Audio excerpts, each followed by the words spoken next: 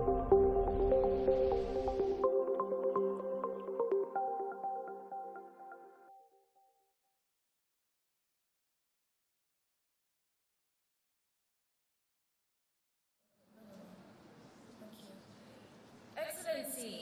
distinguished delegates, ladies and gentlemen, good evening and welcome. My name is Udoaka Mimo. It's an honor to moderate this high-level panel on the critical matter of jobs for African youth, from demographic dividend to economic dividend.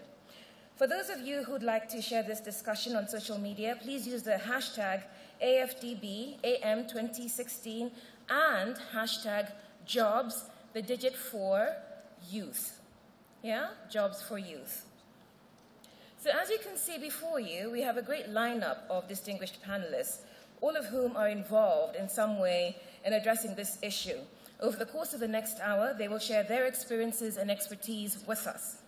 This conversation is anchored in the African Development Bank's commitment to improving the quality of life for the people of Africa. Why? Because, as the author Charles Dickens once wrote, we live in the best of times and the worst of times. Best of times because we will continue to be the youngest region of the world, and that means the most energetic, the most exuberant, the most vibrant. Worst of times because youth and energy can also be destructive if unwisely harnessed. Think about the people dying to migrate in search of better opportunities or picking up guns and suicide belts. And so, because there's a lot of collective wisdom at the African Development Bank, I'd like to invite the bank president, His Excellency Dr. Akina Adesina, to share his thinking around the Jobs for African Youth strategy.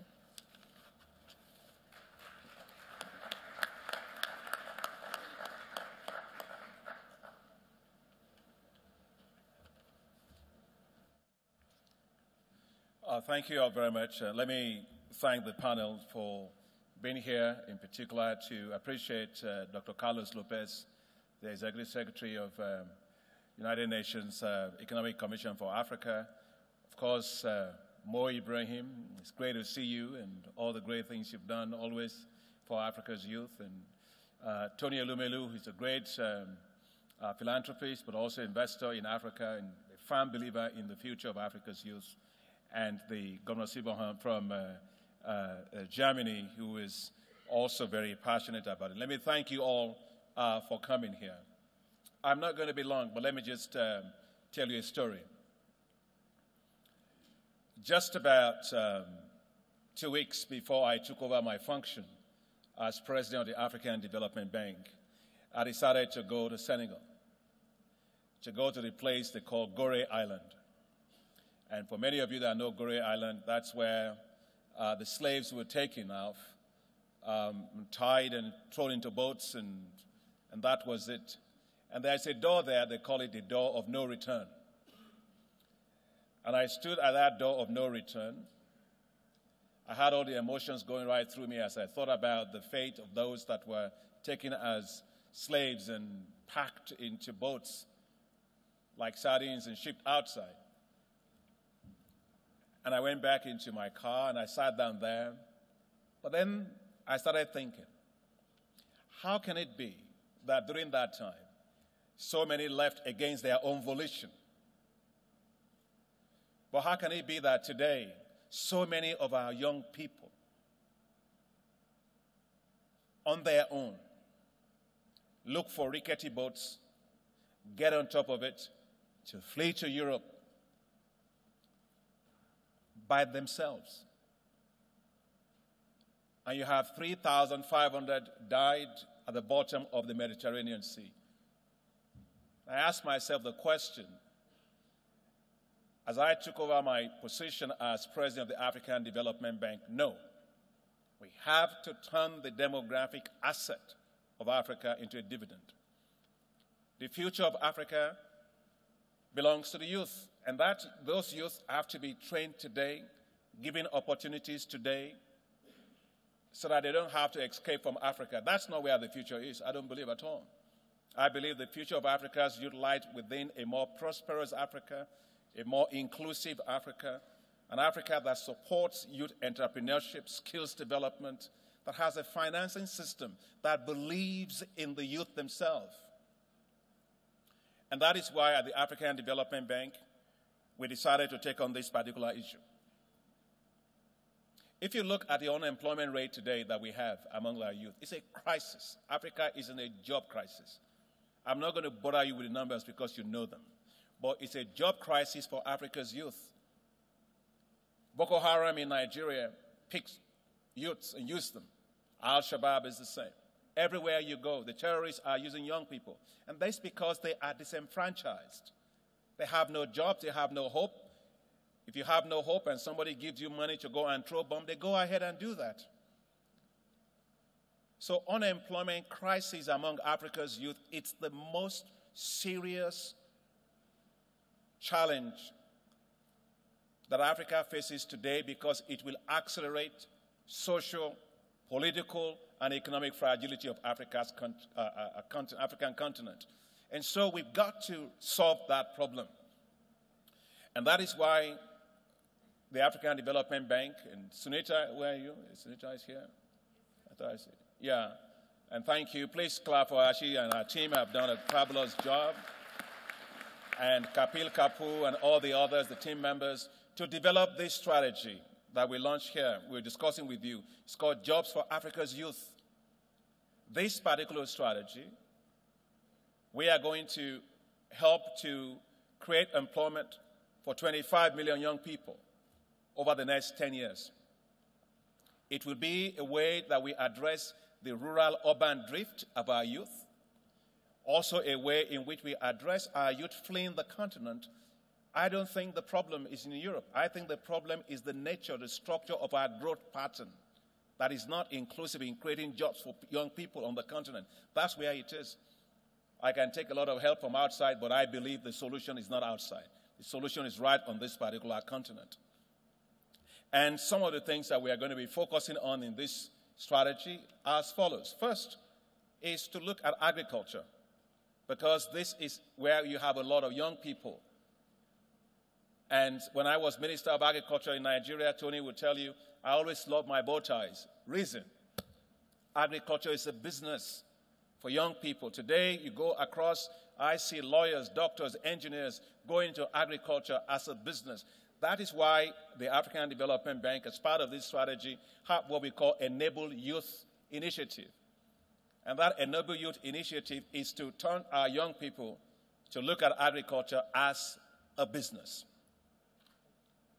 As I've said, we can have oil, we can have gas. Nobody drinks oil, and nobody smokes gas, and everybody eats food. And agriculture, when you are there, I believe the future millionaires and billionaires, the future Mo Ibrahims and the future Tony Elumelus of this world are not going to come from oil and gas industry. They are going to come from a more modernized agricultural sector with our young people actively engaged in that. The other sector that we are looking at is ICT.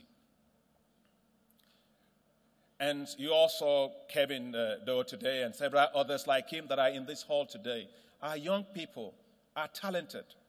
So we want to tap into that talent to help them to develop digital literacy, computational skills, coding.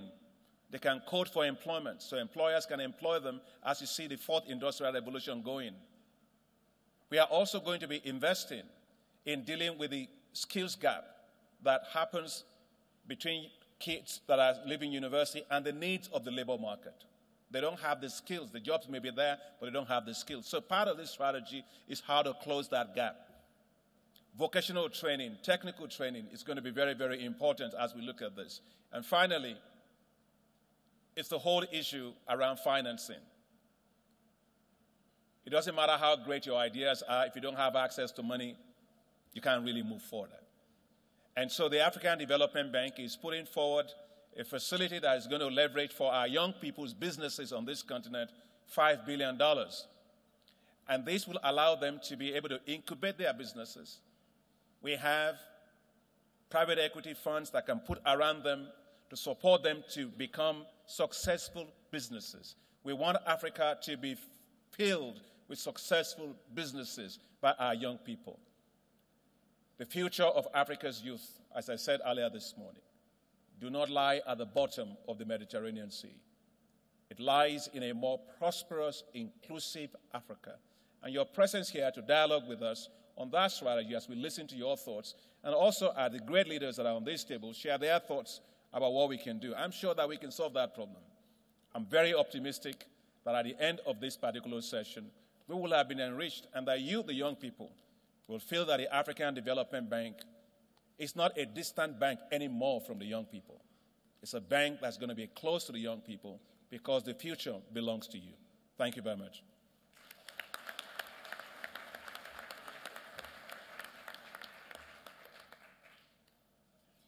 Thank you, Dr. Adeshina. So I hope that the Jobs for African Youth strategy is one that we will all engage with. So I will now introduce our panelists, starting with, from Nigeria, the Vice President, His Excellency, Professor Oluyemi Osinbajo.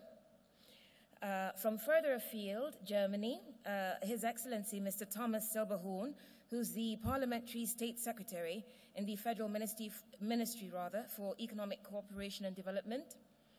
His Excellency, Dr. Carlos Lopez, a one-man think tank, actually, but he's the Executive Secretary for the United Nations Economic Commission for Africa. Mr. Tony Elumelu, the Chairman of the Tony Elumelu Foundation and Heirs Holdings. And last but certainly not least, Mr. Mo Ibrahim, Chairman of the Mo Ibrahim Foundation. So from the countries, and starting with Nigeria, Professor Osinbajo, the latest statistics I saw talked about a 50% unemployment rate for the youth of Nigeria, and which is 3 times the general unemployment rate. How exactly is your administration intervening in this problem? First, I think you're probably right that youth unemployment is about 50%. And the Nigerian youth population is about 70 million, which is about 35% of the youth population of the whole of Africa. So what we will be doing will be important, not just for Nigeria, I imagine, but for the absolute figures for Africa as well. And what we've decided to do is to take a several-pronged approach. The first is, because there is an emergency, we are looking at creating some jobs directly, some direct creation of jobs. And in this particular budget cycle, we are creating 500,000 jobs. And now these are jobs that we want to start by creating a volunteer teacher corps. And we're recruiting 500,000 unemployed graduates who will not just be trained to be teachers, because we expect that their training as teachers is as volunteer teachers, as teaching assistants. It's not meant to be permanent work for them or anything, but it's first of all to provide them an opportunity to work at something. But at the same time, we will be teaching these, will be training them in several technology type work. For instance, what we expect to do is that this teacher corps will be trained as programmers as well. Some will be working as extension farmers, extension workers in the farms. Some will be trained, in various aspects of technology. And we expect that not only will they be able to assist as teachers, but they would also, on their own, be able to do other types of, engage themselves in other ways as time goes on. But the part of this that's important is that they will be paid, while they're working for the next 2 budget cycles at least, they'll be paid. So they're engaged and they're being trained, actively during the period. We also are looking at a lot of work in the general area of technology, training in technology. We're establishing 2 hubs, 2 ICT hubs, 2 major hubs, and 6 regional ICT hubs. basically to provide opportunity for young people who want to be programmers, who want to be animators, who want to be, in some cases, just business processing, business process outsourcing, candidates for business processing. Okay, so I have volunteer teachers, I have ICT hubs. I've heard about a grant, a stipend for unemployed youth, 5,000 naira, about $50. No. That's actually not for unemployed youth. That's actually for the poorest. That's a conditional cash transfer. Okay. And that really addresses cases of extreme poverty. The young people who we're looking at, the direct creation of jobs is the 500,000 volunteer teachers. Okay. And of course, ICT as well is an area that we're looking at. Okay. We're looking at training 65,000 young people in various ICT skills, and we're partnering with quite a few technology companies that are interested in Thank this. you. Her Excellency Sahar Nasser, the Minister of International Cooperation for Egypt, has joined us. Welcome. We've just started, and what I'd like to hear from you is Egypt's experience in intervening in the high unemployment rate that you have, and I believe yours is in the higher 20s, about 26%, 29%. Thank you very much, and I'm happy to be on this panel. Job creation is a key priority for the government of Egypt. In fact, President Abdel Fattah al-Sisi has announced the year 2016 as the year of youth. There are several interventions that have been made. In fact, unemployment rate in Egypt is around 12%, but it's higher among youth and women. And our areas of focus is youth as well as women, because the rates are even higher among young girls. We're working on several fronts. So on one front, there is a major economic reform program that has just been discussed at the Parliament and has been ratified by the Parliament that aims at attaining inclusive and sustainable growth, including youth. We're focusing on lagging regions, especially through developing small and medium enterprises as well as micro enterprises. And I want to here acknowledge the excellent work that the African Development Bank has been doing along with different development partners, the World Bank, EBRD, European Investment Bank, and several bilaterals, and as well as the Arab funds, which focuses on lines of credit to improve access to finance. There's a budget deficit. There has been some crowding out, so the lines of credit are of great support there. But more important is the vocational training and the skills, the technical assistance that has been packaged along with the line of credit, because there is a bit of mismatch in the labor market, so it's very important that the young people are provided with the required skills that the market needs. We're also promoting a lot of regional projects, because if you want to scale up, it's very important that you go beyond the local market, but also, and that is why we're very keen on more integration with the African countries and with our continent, because we see that as of great potentials. So youth is a priority, and creating jobs for them will be one key element also to fight terrorism and violence in our nations, and it gives them better hopes and a better future, and I think that in itself matters a lot. Okay, thank you very much.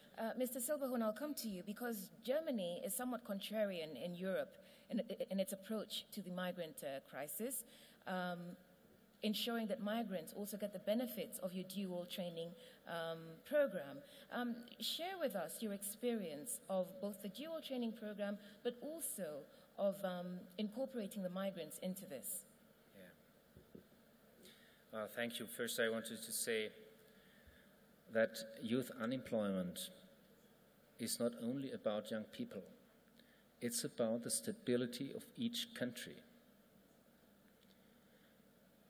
If you have millions and millions of unemployed young people, this could destabilize countries and regions. And that's why it has to be a top priority for each country to invest in education and to facilitate and improve doing business environment. You mentioned the migrants coming to Europe and Germany. I come from Bavaria, one of 16 states in Germany. We have 12 million inhabitants, and our government, our state government, decided to employ additional 1,700 teachers for the migrant children who arrived in Germany, in Bavaria alone. Did anybody count and calculate how many teachers and classrooms will be needed when the population in Africa grows by 1.2 billion people in only one generation? So not everybody is at school at the same time, but maybe you will have about 800 million students from 1.2 billion additional young people that will be born in the next generation. 800 million students. If you take 40 in a classroom, you will need 20 million teachers, roundabout. Do we really address the challenge we are facing? So this requires really constant investment in education from the very beginning, and this lays the foundation for professional training and the required skills for getting a job. Additionally, I think we have to create an environment in which young people do not only ask for jobs, but do also get the skills and capacities to stand on their own feet, to do their own business. And that's why it's so important that, for example, according to studies of the OECD, most of the new jobs are created by small and medium-sized enterprises. So do not look always on how to get more attractive to big foreign direct investment. It's much more important to create a conducive environment for doing business in each society.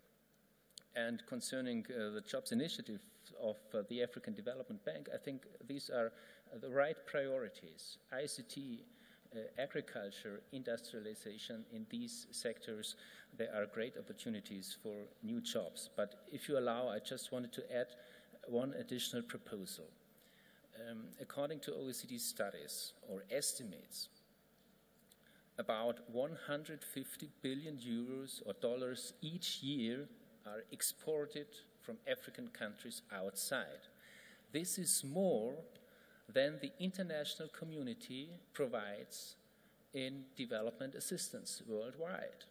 So how to keep this capital inside Africa? $150 billion each year. Okay, thank you. I just want to interject. Where are the savings that could be reinvested for credits and loans to SMEs? And Mr. Silberhorn. Isn't my last sentence? Isn't there a role? Actually, I'd like you to share with us your experience of the dual training. Just the last question. Yes. Isn't there a role of multilateral development banks like the African Development Bank, not only to invest in projects here and there, but to create the environment in order to enable national banks, agricultural banks, SME banks to do this job, to take the higher risks, first losses that are needed to provide access to finance for many, many more people. Thank you. Thank you. But you haven't told us how Germany intervenes, which is what I'm really trying to get at. Talk to us about your dual training policy. Well, we established together with the African Union Skills Initiative just last year. We support many African partner countries in technical and vocational education and training, more than 30 countries in Africa. Of course, we have a broad experience in this TVET sector because it bridges the way from school to the jobs.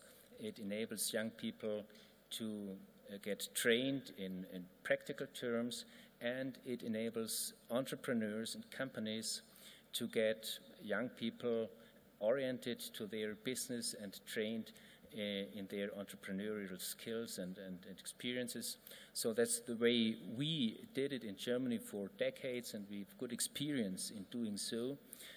We have to find jobs not only for the academics, but also for people with non-academic qualification. Somebody also has to do practical work, and this usually is the broad majority in each society, and that's why we have to address this need in our economic sector for jobs here, and our Dividend programs address this need. This, of course, requires a dialogue, not only between government and schools, but including the private sector, including the experience of companies, in order to be able to address our programs to the needs of the market. Thank you very much.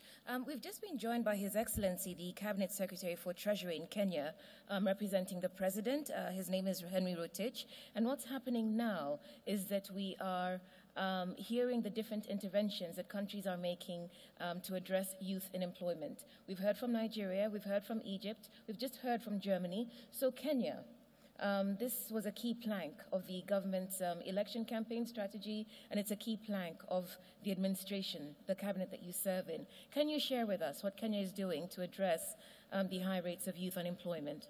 Thank you. Thank you very much, and apologies for coming late. And let me say that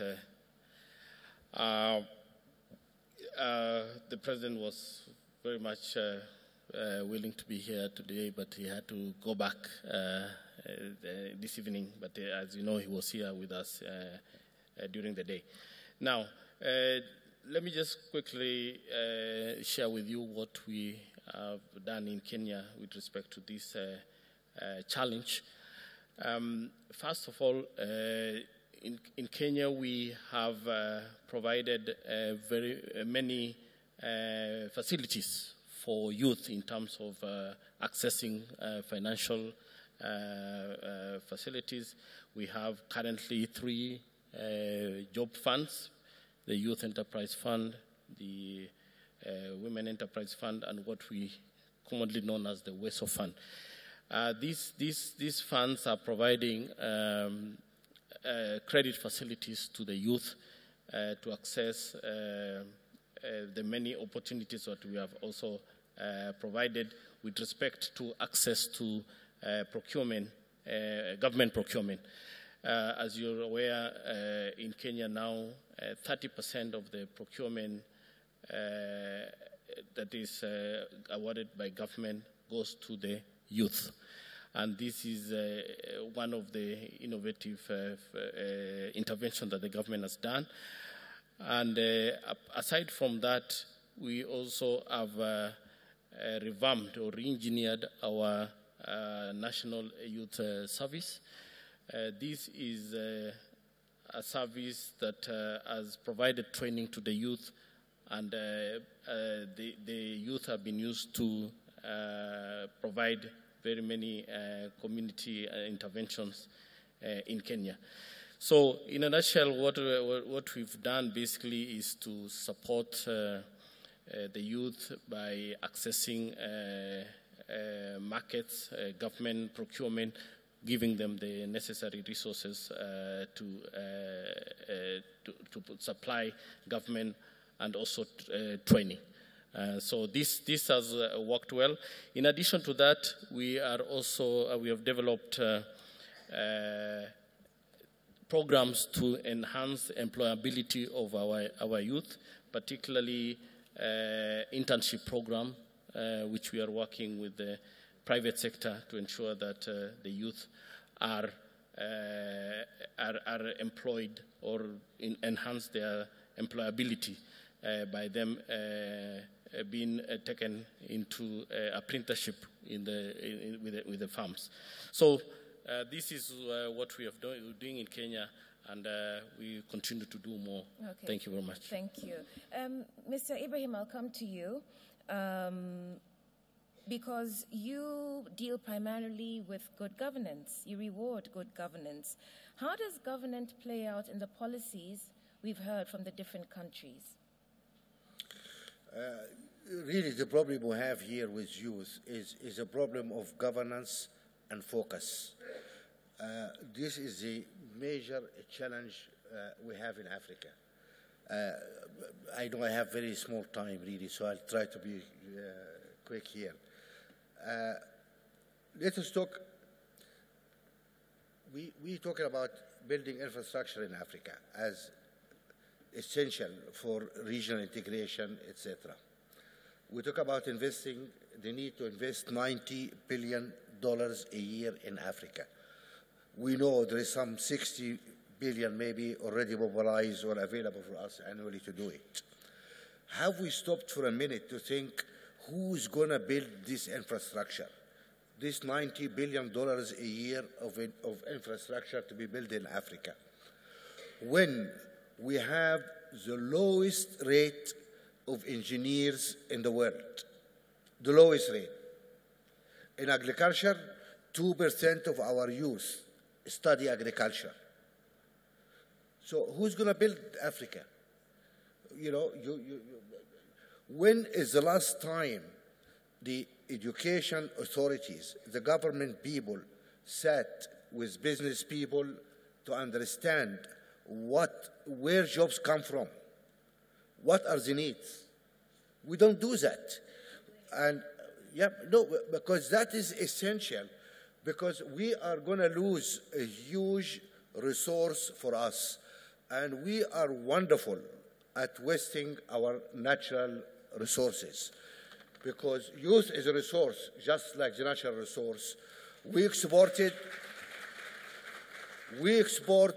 our natural resources raw, just like our young people who die in the Mediterranean.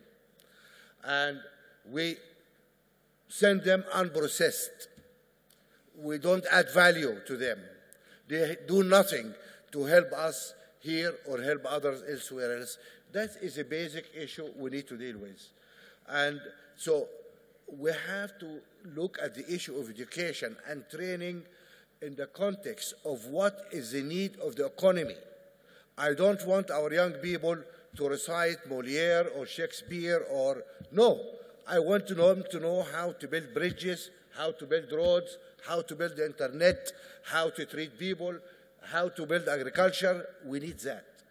And I like what the World Bank is doing, and I like your project about what you're going to do about the youth, but really we need to flesh that out and see how we're going to do that with the urgency needed. I don't see that urgency. And these millions of jobs, we need like 5, 6, 7 million jobs every year in Africa. Where is it going to come from? So we need to do something there. Agriculture, we keep talking about agriculture. We need to understand, and the World Bank needs to show us or help us develop a new model for agriculture. Because I think subsistence agriculture cannot be the way forward. So how we build the new agriculture in Africa without kicking farmers out of the lands, as some people are doing, land grab, etc. We need a new model. Is it co-ops? Is it what? So we need really the experts here to show us what's going to do about this. I stop here to give a chance to my colleagues. Thanks. I think President Deshina has actually taken up that challenge. So it will be interesting to see how this strategy rolls out. But Mr. Elumelu, from your perspective, as someone investing in young people, someone investing intentionally in creating jobs, you know, we hear about the formal sector, the informal sector. From Germany, we heard about, you know, the fact that there are academic jobs, there are non-academic jobs. So how does your initiative straddle that divide that we need, you know, a whole range of jobs on the continent? I think first is I'd like to commend the ADB and the President in particular for this wonderful initiative. The solution to the problem of unemployment we have on the continent is going to come first from within and from all of us working jointly. Government alone, I have heard you ask the respective government heads here what they are doing to deal with the issue of unemployment. Government alone cannot fix unemployment. All of us have to be involved in fixing unemployment. And we need to realize that the greatest threat that we face as a continent because of what is called a demographic dividend, which can actually become a demographic doom if we don't deal with it very seriously. I believe that the way to job creation is through entrepreneurship. And that is why and what I've tried to practice. And I'll share with you a few practical experience in this area. We, in 2015, the Tony Elmelu Foundation, again, based on our belief, one, that no one but us will fix Africa, and two, based on our belief that the private sector can indeed work with government to address the issue of youth unemployment, we decided, I endowed, invested $100 million the next 10 years to deal with this issue of youth unemployment. It's open to all Africans, young Africans, from across 55 African countries. It's sector agnostic. Any sector, what is important to us is just your idea. And also, you don't need to be a graduate to apply. And so, first year, 2015, was quite revealing. 20,000 young African men and women applied, and we engaged the firm of Accenture to help us go through this and recommend the best 1,000 ideas to us, which they did. Interesting development, and referring to one of the comments just made, we found that 30% of these entrepreneurs are in the area of agriculture. And so it's telling me from a practical point of view that Africans are now embracing agriculture, and that is the case. And so we need to now see how we can support them more. Second year, we got more interest, 65,000.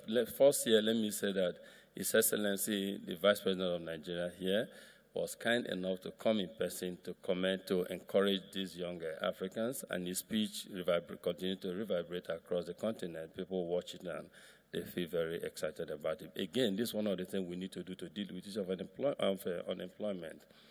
Now, the second year, 65,000 applied, and we selected 1,000 because it's $10 million every year for 10 years. That's $100 million. Because you're trying to create 10,000 entrepreneurs, aren't you? Yes, 10,000 entrepreneurs.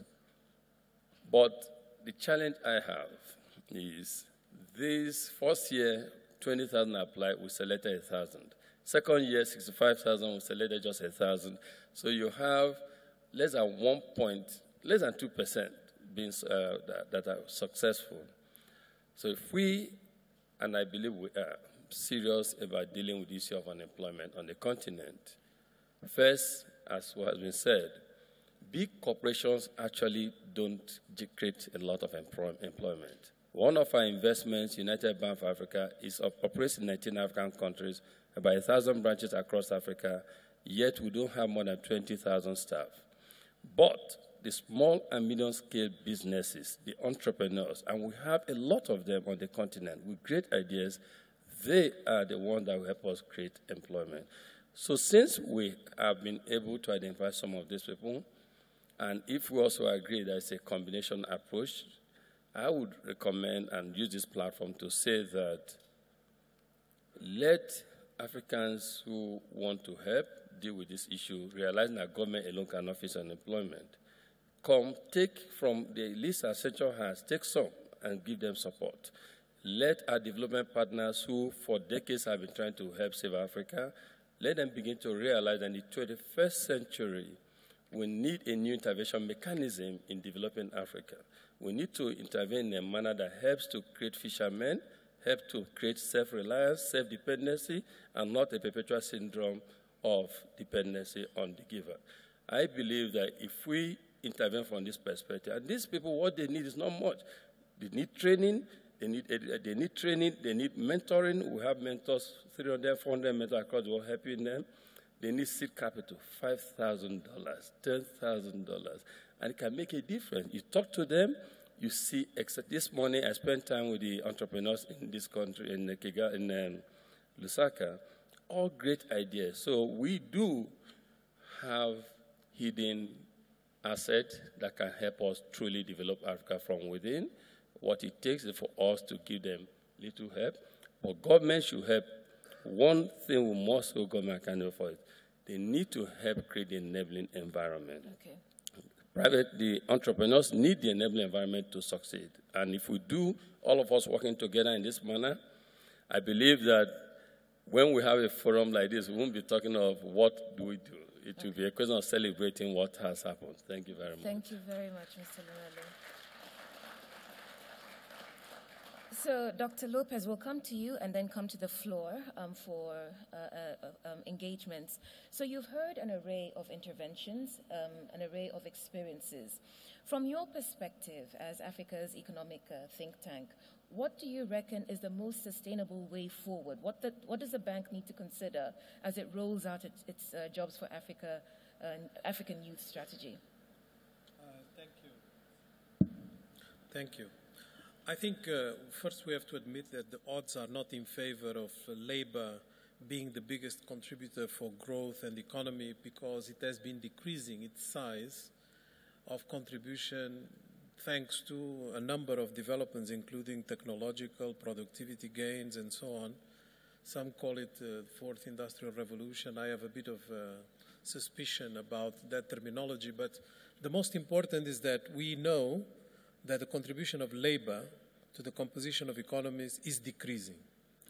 So here we are in Africa, getting into the business of trying to address this major problem at the time where the odds are not in our favor. The second odds that are actually very important for us to mention is that, contrary to perception, Africa has been creating more jobs than we normally estimate. The problem is that because we have a demographic curve that is so incredible, everything that we do in percentage terms doesn't look good. But in absolute terms, the number of jobs created is above the entrance in the job market so far, which means that we are making slight progress in terms of creating more jobs than the number of people that are seeking them. But in absolute terms, the numbers are astounding because the population is increasing so fast. So how do we correct these two curves is a big challenge. The third odd is that manufacturing, which is our number one bet in terms of creating jobs, modern types of jobs, is actually contributing to GDP right now in Africa, combined GDP of the continent, more than agriculture. Services is also contributing more than agriculture. But that's not, again, in real absolute terms of much help, because manufacturing value addition as part of the overall economy is slightly going down because, the number of people in the population is increasing so fast. So everywhere we turn, we are facing this dilemma. We have a lot of people coming into the stream, and even these very gigantic efforts that have been done so far look relatively pale to the challenge that we are confronted. So my issue normally is to try to do comparisons. And I looked into what was the situation in Southeast Asia when they faced not exactly the same demographic pressure, but very similar. And what we realize is very instructive for Africa. The first thing is that most of these countries, we're talking about Southeast Asia, they didn't have national youth policies. So we are now, it's very much fashionable to have youth policies, but they didn't have youth policies. Why? Because they felt that economic transformation of their economies was a response to the needs of creating job opportunities and addressing labor market pressure, but not necessarily by dedicating that to the youth. And I actually think this is very relevant for Africa, because when we say that we are having youth policies, who is youth in Africa? The youth in Africa is the majority of the population. So I think we have to have some programs for the aging people, like myself, because they are the minority. For the youth, we just need economic transformation policies, and then it will be taken care of. So this is a first lesson that I think is very important for us to bear in mind. If we are going to do that, we are going to be able to embrace much more sophisticated, determined, smart policies that require a very effective state. Now, this effective state is not to be confused with a controlling state, but rather a state that is very shrewd in trying to implement transformative policies. what would be one of those transformative policies? I'm not going to repeat the lingo about industrialization because a lot of you have heard me so many times about it. But I heard here in this panel vocational training. Okay, vocational training in Africa is about 2 to 2.5% of the students in the continent. 2 to 2.5% of the students in the continent. When the average in Southeast Asia, I go back to my comparator, is all above 15%. These are the low end, and most of the countries are close to 20% of the students. So we have a huge gap, huge difference that will allow for the training of our labor force to respond to the market demands associated with industrialization. And this is not happening. Is that a youth policy? For me, it's not a youth policy, it's an educational policy. Its educational policy is not in conformity with the requirements, as Mo Ibrahim was reminding us about the engineers. In fact, I can give you 2 examples of countries that have actually dealt with it. Mauritius, when they decided that they were going to enter into manufacturing instead of sugar production, they ensured that 50% of their students were in the universities, were in the sciences. That's why they are number 1 in our table. Okay. And then Ethiopia now has gone even further. It has required that all universities produce 70% on sciences. So I go back to my point. You need determination. You need policies that are in conformity with the various dimensions, not in isolation, one thing here, one thing there, and so on. We need comprehensiveness. And if we are dealing with comprehensiveness, then we are dealing also with issues that are collateral damage of a more active and dynamic labor market. And I'm going to finish with the point on migration because I'm very passionate about this. Because I'm seeing here President Kohler. Germany comes to mind, but a number of other European countries come to mind. You know, when there was the Marshall Plan, after the Second World War, the rates of growth in most of Europe were comparable to the rates of growth that we have in Africa right now. So it were astoundingly high. What happened then? A lot of Europeans, including Germans, migrated. Why were they migrated if their economies were doing so well? Today's migrants out of Africa every year are 2.9 million people out of Africa. You know how many are from China alone? Twice that number migrate out of China. But China is growing at over 7–8%. Why are they migrating? Because every time in history where there was steady growth, but with pockets of exclusion that are very high, the tendency was for one residual part of that population to try to migrate, to complement, you know, the opportunities that they have seen some taking, but did not reach them. So let's not mystify the issue too much. Migration is actually something that is going to happen even further if Africa grows more. We have now 1.2 billion people. We are going to be 2.5 by 2050. We are going to be the largest labor force in the world by 2036. And if we right now export, quote unquote, this raw 2.9 million, we can expect that by 2050 it will be at least twice. And I think what we can do is to do like the Philippines does. You know, they have the largest number, per capita number, of schools that train nurses. Not for the Filipino health system, but for the world health system. They export them. Period. They export them. And they have one of the highest remittances in the world.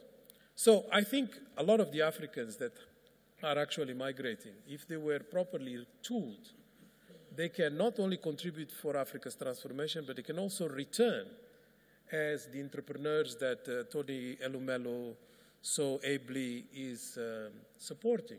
So that's my final point. I think we need really to create an ecosystem that responds to the challenge that we have in front of us, and not fragmented policies, because what we are talking about is transformation of Africa, which means the majority of the population of the continent, which means it's not about youth, it's about Africans, period.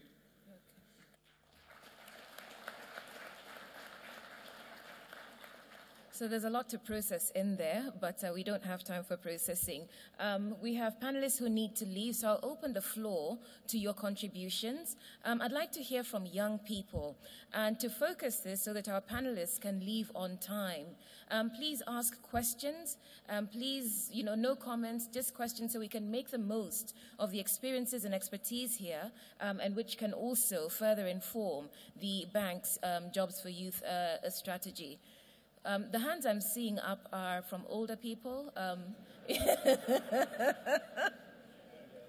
So I'd like young people. Kelvin, did you have your hand up? Yes, please stand up. Microphone to Kelvin, please. We'll take 3 questions. You're not young. 26, you look older than that. You're well nourished. Okay, thank you. Thank you. My name is Kelvin Doe. I'm from Sierra Leone. I'm a self-taught innovator. When I entered the room, I was hoping to see more young people, part of the meeting, but it was rather unfortunate. So many times I attend conferences pertaining supporting young people, but I think what is missing is how are we committed in terms of involving the actual young people that we are discussing about, for them to be able to raise points that can contribute towards solving national development. I think that is what is missing. And from what Mr. Mo Ibrahim said, I was fortunate to be in the same magazine, The Most African Influential 2014. I was fortunate to be in that category with Mr. Mo Ibrahim. And you see, he mentioned, yes, he mentioned how can young people be part of development when we are always, engaged into finding X always in the classroom. It's so quite obvious, because there is not the time and also a space wherein young people can be able to go after school and then think after school to now come and say, I need to be part of this development. What is the best way for me to contribute? I think those are some of the things that we need to look into and see how best we can, create jobs and opportunities for young people. Thank you very much, Kelvin. You're welcome. Behind you, the young woman.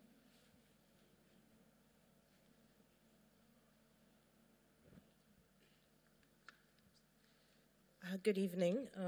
Apologies for my voice. My name is Jamila Abdullahi. I'm from Ghana, founder of Circumspect.com. I have a question with regards to regional integration. We go to many conferences like this where we talk about regional integration, and yet we never seem to talk about it when it comes to African youth. So if we're trying to get African youth to create more jobs, to create businesses, to be involved in policy making, and we do not nurture a sense of regional integration or a Pan-Africanism within and amongst us, aren't we backtracking?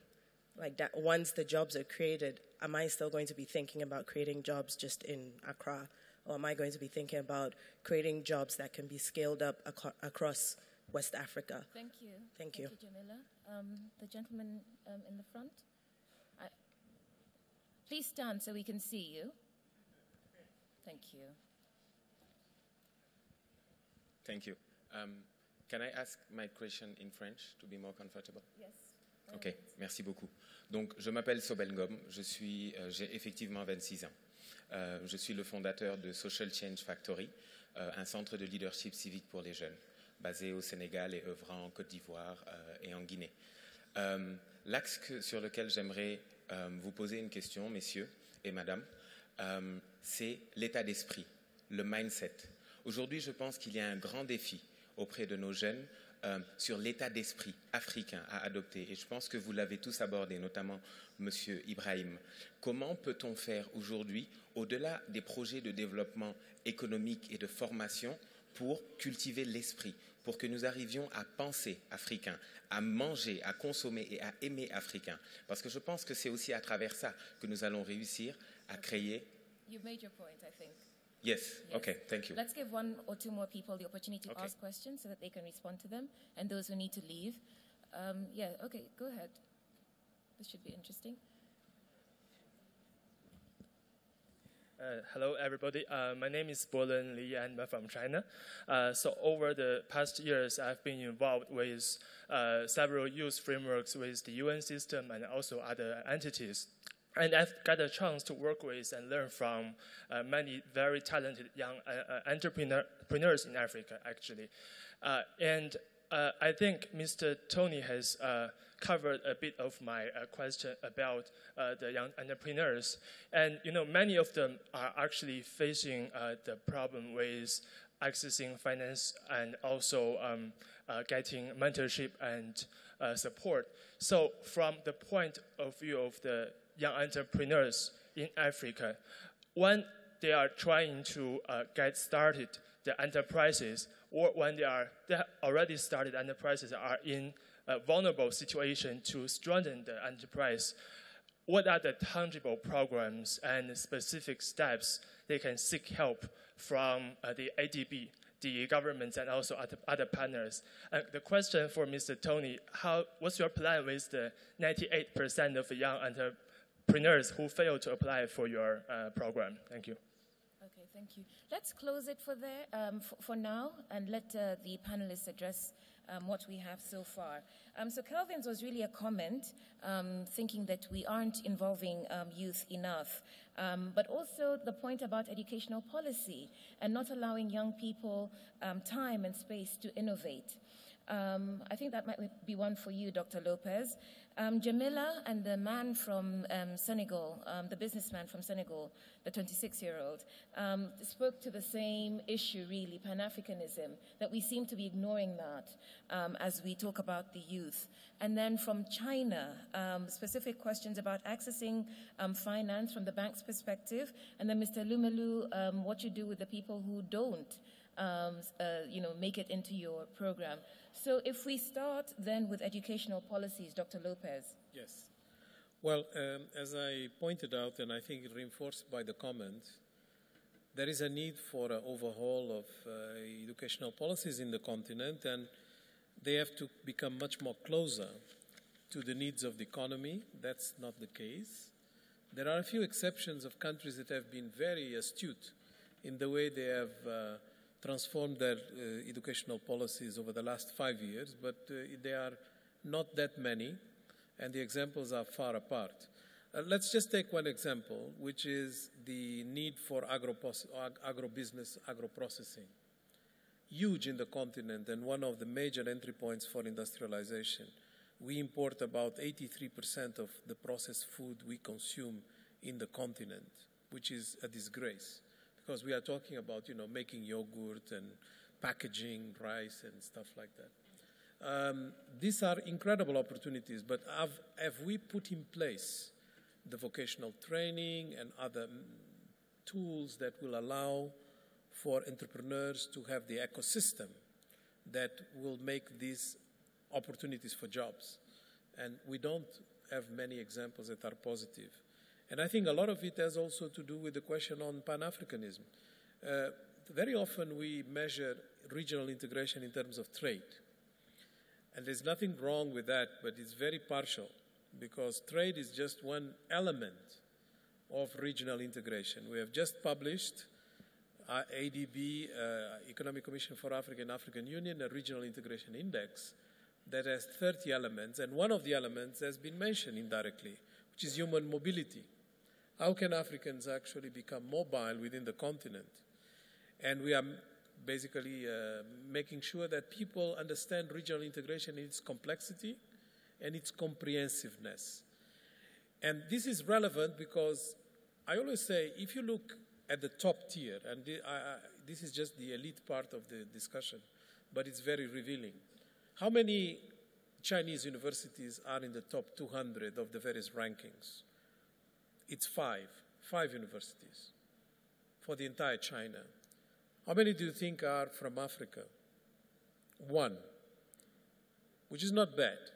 But how do we go to make a few more African institutions in that tier? Are we going to do it by multiplying the various investments we are doing country by country? Or we need on something like this also regional integration and have poles that serve a multitude of countries? I have no doubt that's the way to go. But this is not right now part of the discussion because we focus too much on trade and not on the other dimensions like education. Thank you. President Chino, Pan-Africanism in your strategy? Well, let me say this has been an extremely rich discussions, and I just want to comment on one or two things, not necessarily on that one. I just want to say that there must be a sense of urgency in solving the problem that we have. Because if we don't, we saw what happened in Tunisia, what happened in Egypt, the Arab Spring and all of that. Honestly, I think what we need to do is to accelerate on job creation programs, skills development. I like what the minister was saying here about the funds for young people to be able to put their businesses to work. The future of Africa can only be remembered or spelt. Jobs, jobs, and jobs for the youth. I can't emphasize that enough. We've got to be faster at dealing with this particular problem. Even on the issue we talk about industrial development, there are two opportunities here. First is for the jobs that are supposed to come to Africa as China externalizes many of its light manufacturing. I think Carlos was beginning to talk to some of that. But at the end of the day, if those light manufacturing industries come, we've got to make sure that our young people have the skills to be able to take those jobs. And that we actually have also the readiness index on investing in energy and infrastructure and things that make sure that Africa takes advantage of those industries as they come. Because we've got to create jobs. Then the other one is the jobs of the future. And the jobs of the future requires a different set of skills. Unfortunately, in the jobs of the future, and I think the fourth industrial revolution, whether Carlos wants to give it a different name or not, but what is clear is that your neighbor in the job place is more likely to be a robot, not a person. And so there is a real risk that the level of unemployment we have, and this is coming today, it's not in the future, it's actually happening.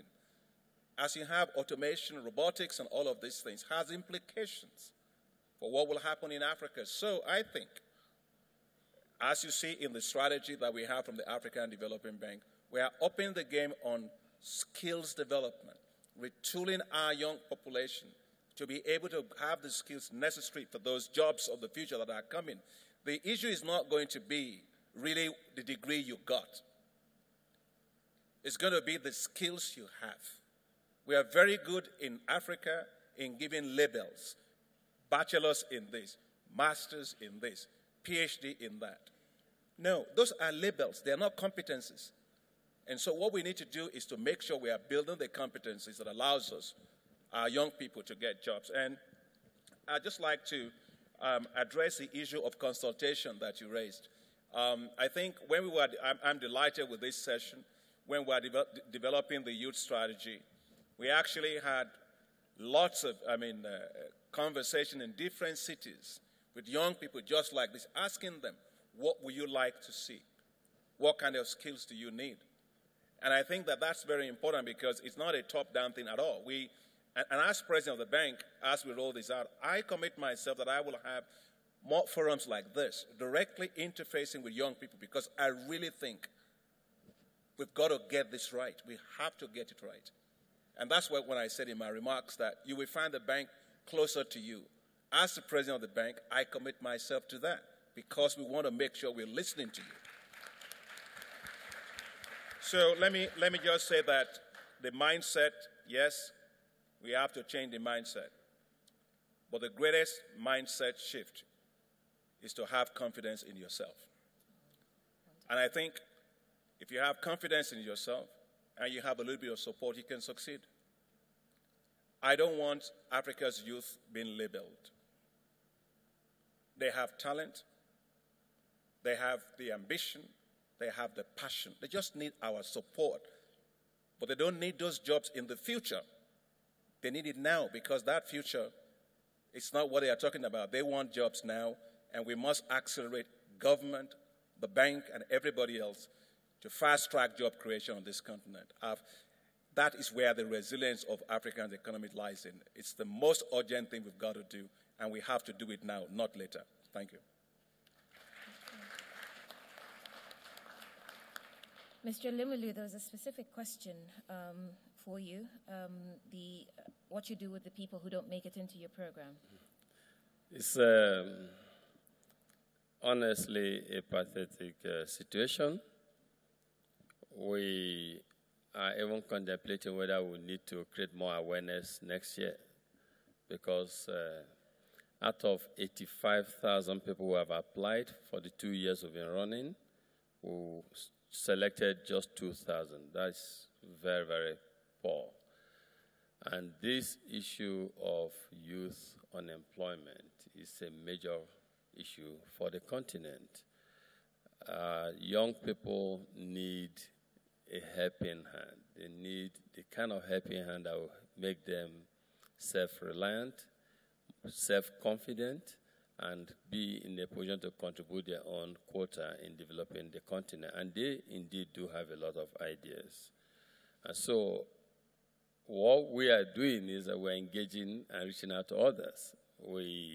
Today, the CEO of my foundation here met with Dr. Adesina's team, AFDB team, to see how we can expand it, how African Development Bank can participate. I mean, working with different countries and picking successful candidates from different countries and supporting them. That is one way we can actually translate our talk to action. I also like to see our development partners who have been, in fairness to them, who have the heart of Africa, who want to help Africa succeed, but who need to and must reevaluate the way they engage with Africa in this area in the 21st century and begin to intervene in a manner that helps to create self-reliance so that people do not keep waiting for handouts forever. If we help look at the whole long list and take some, or even other schemes, I think entrepreneurship has proven to be a clear way to create the kind of, address the kind of unemployment situation we have in the continent. And finally, let me say that access to power, access to electricity is so key in dealing with the issue of unemployment on our continent.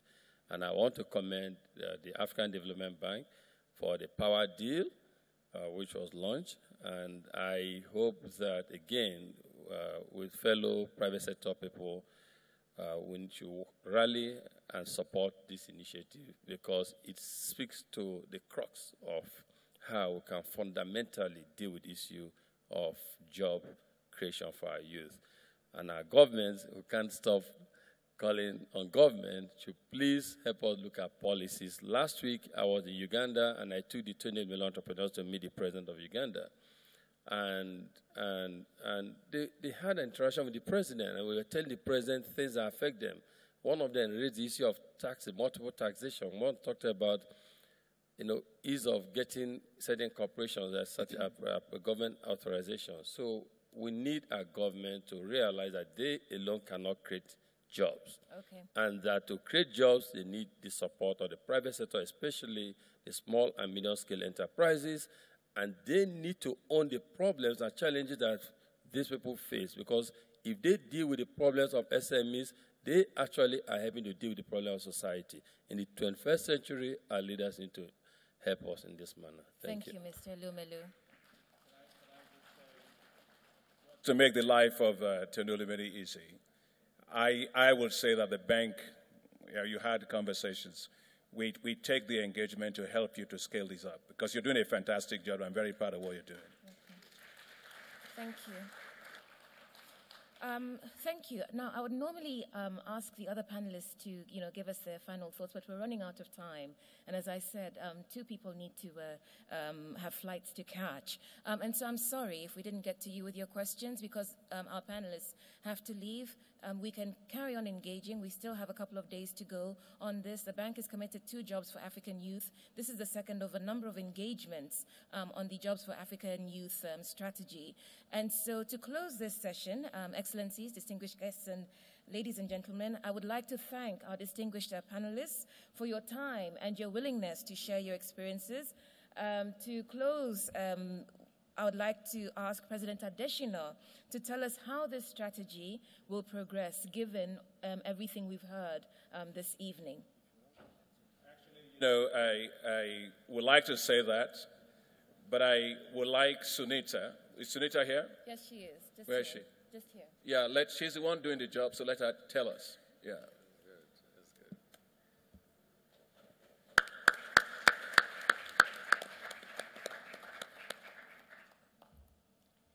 Thank you, Mr. President, Your Excellencies, distinguished guests.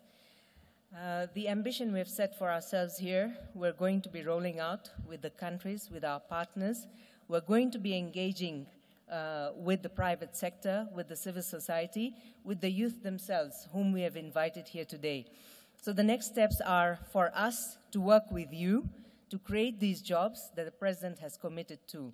And there are ways of doing that, and we want to hear more, because it has to be really a model that works for you. What we're doing here is committing ourselves to work with you, and that is going to be our pledge for today. Thank you. Thank you. Thank you, Sunita. And so to close our discussion, I started with Charles Dickens, so I'll end with Charles Dickens. We are in the epoch of belief, the spring of hope for our continent, and we have everything laid out before us. My name is Udwa Kamimo. Thank you for your time and attention.